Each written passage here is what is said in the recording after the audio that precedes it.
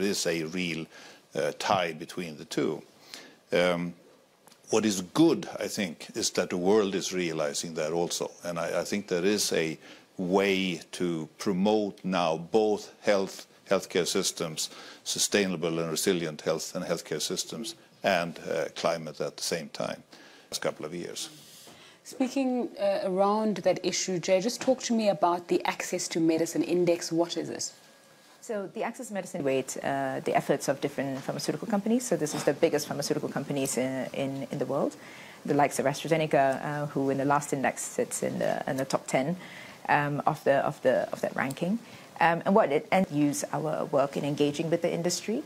And together they manage about $25 trillion US dollars in assets under management, and they use the money to basically they use the insights to invest differently in the pharmaceutical industry to push for long-term change and a more inclusive and stronger social impact in this work. And of course, governments, many of which have been growing in the usage of our work, use it to shape their policies and the strategic investments into healthcare.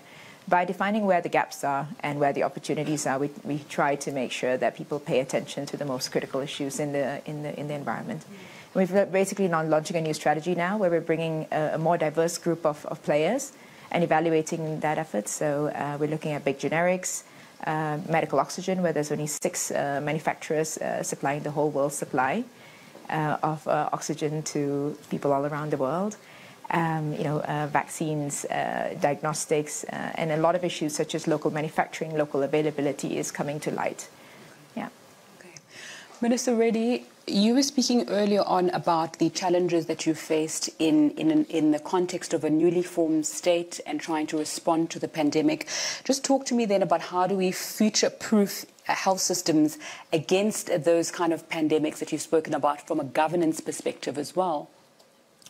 As I said earlier, governments would have to be focusing on 2 things. One is preventive care, and the other is curative care.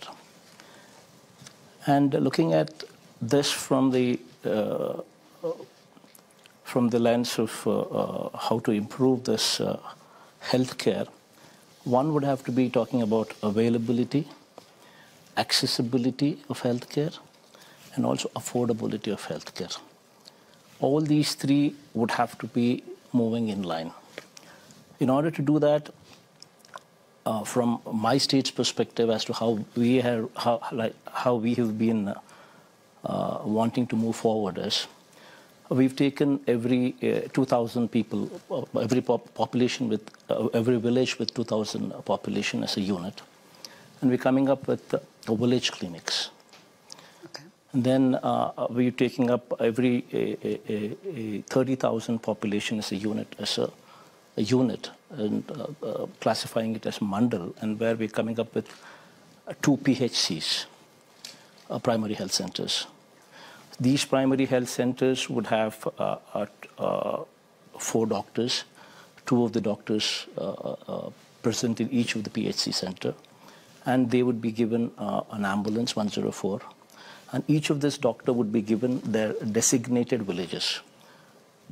So 5 villages or 4 villages, depending on the mandal size, to each of these doctors. And these doctors, every alternate day, would hop onto the ambulance and visit the village. And they would become the family doctor for that village. Very soon the doctors, because they've been designated only those 4 villages, so they would start to identify people by names. And they would use this village clinic as a hub.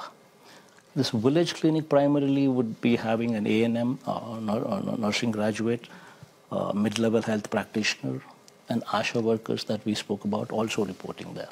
So that would take care of the preventive part. Now comes the curative part. The curative part would be dealing with the community, with district hospitals, the teaching hospitals. The area hospitals and the teaching hospitals are going to play a very critical role there. So there we're coming up with every parliament taken as a unit. In order to ensure that there is equitable distribution of teaching